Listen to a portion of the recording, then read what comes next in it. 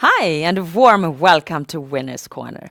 Mantorp Racetrack is where we're heading this Saturday for our V75 round. And it's interesting races and a jackpot that we can look forward to.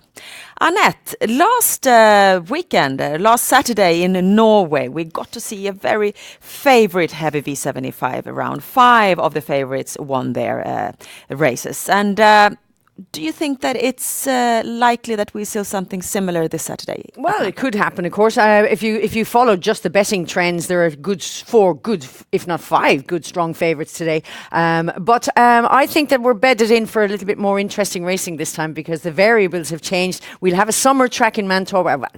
A spring track in Mantorp. It was a winter track still up in Norway, and shoes on, shoes off will be way more important. And I think it's going to be fun.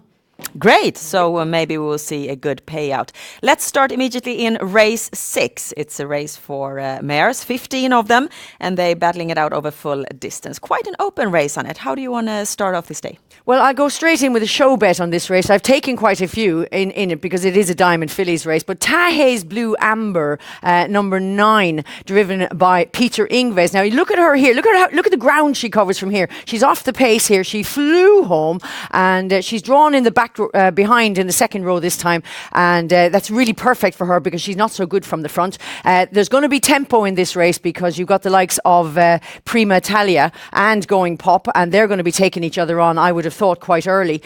So high pace. Peter Ingves has one drive today, only the one drive on this Tahay's Blue Amber, and his strike rate in the V75 is massive. So watch out, Tahay's Blue Amber in that show bet in the second leg. Okay, then good betting suggestion there from Annette, and we move on to race 7. It's the gold division of a sprint distance, and here a lot of people are going to bank number 2, Sir Ratsiput, who's been absolutely fabulous. But there's no betting value in that one, so what do you want to do here?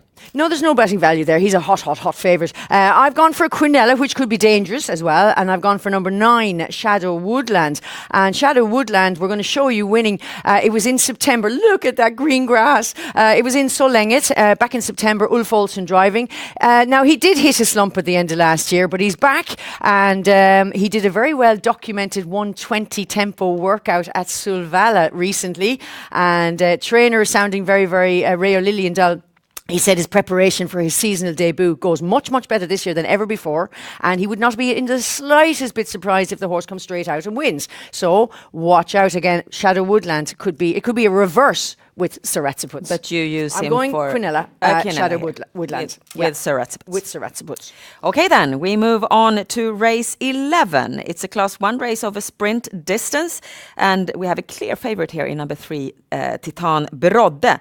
But we're not going to talk about him here, are we? We're going to talk about who? Yeah, no, I'm not going to talk about him because I think he'll win. But I know I'm going to go for number 9 here, Una Blessed, another decent show bet. And she's way out of the betting as well. And here she is seen winning at Halmstad back in June. And this is over the distance as well. She's very, very fast, loves a proper run race. And she's going to be smuggled into the race now and will pounce late for a place position. And nobody's going to see her coming. So she could even be second here. But I'm a bit too scared to go for Quinella. So I'm saying show bet Una Blessed. She's overlooked. And this was race 11 we talked about, and that means also that we were talking about the daily double that we are getting into now. But we start in the first DD leg. 3 horses you are going to use here. Is there anyone in specific that you would like to talk about? I'm big into Donata E, actually. Number 8 in this race, Donata E. And we're going to show you when he was second now. This was his first run of the year, and it was on the 1st of March at Örebro, Ulf Olsen driving. Everything went beautifully to plan. They were delighted with him being second here, and he'd been off since November. There's been a bit of a cold shower, though, put on the hopes with the number 8 draw. I mean, what can they do about that? But I do believe that he has to have luck, but it's a heck of a nice horse anyway. He's very good, proven in this class, and I think shoes off all around would be a huge plus as well. So a lot of things could be going in Donata E's favour. Just a bit of luck needed. Okay, but you take 2 more horses. I do. Yeah, as well. Yeah. horses 5, 8, and 10. And the second leg, number 3, Titan Brodde, is the one you're banking. We already talked about this. This is equals race 11. Yeah.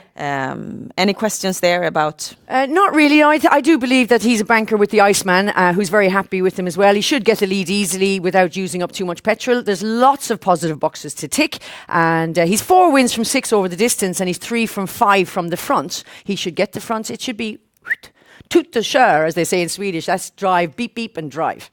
That means that it looks as if we have a very promising daily double system there with 3 combinations. Now we're going to talk about the V75 round. Of course, it is as usual. It's all about finding the winners in 7 consecutive races. It's a jackpot round, which makes it all a little bit more interesting than normal.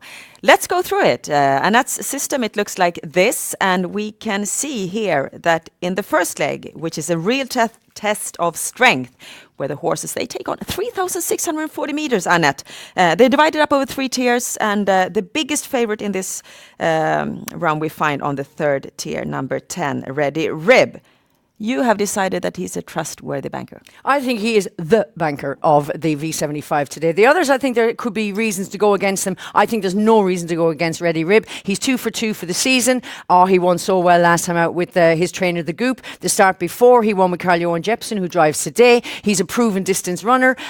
He can go anywhere. He doesn't have to have the front. He doesn't have to, have luck on his side. I think Ready Rib is the one ready to win again, and he's my big banker. Okay, we move on to the second leg. We've already talked about this race. It's the race with the 15 mares, and you recommended earlier a show bet on horse number 9, Tahai's Blue Amber. But here you go with 6 horses. I do. I think any of these, or Prima Talia, if she got an easy lead, which I don't think she will. Going Pop would be another one who'll take her on probably for the front. Iris Polema, capable of winning as well, quite fast. And then you've got the fancied ones, Unaffected Laugh, Eric Adelson, Tahai's Blue Amber. I mean, it's limitless. But I mean, there are 15 runners, and I only have gone for 6 of them, so I hope to goodness one of my ladies will win this race. Well, one of them will.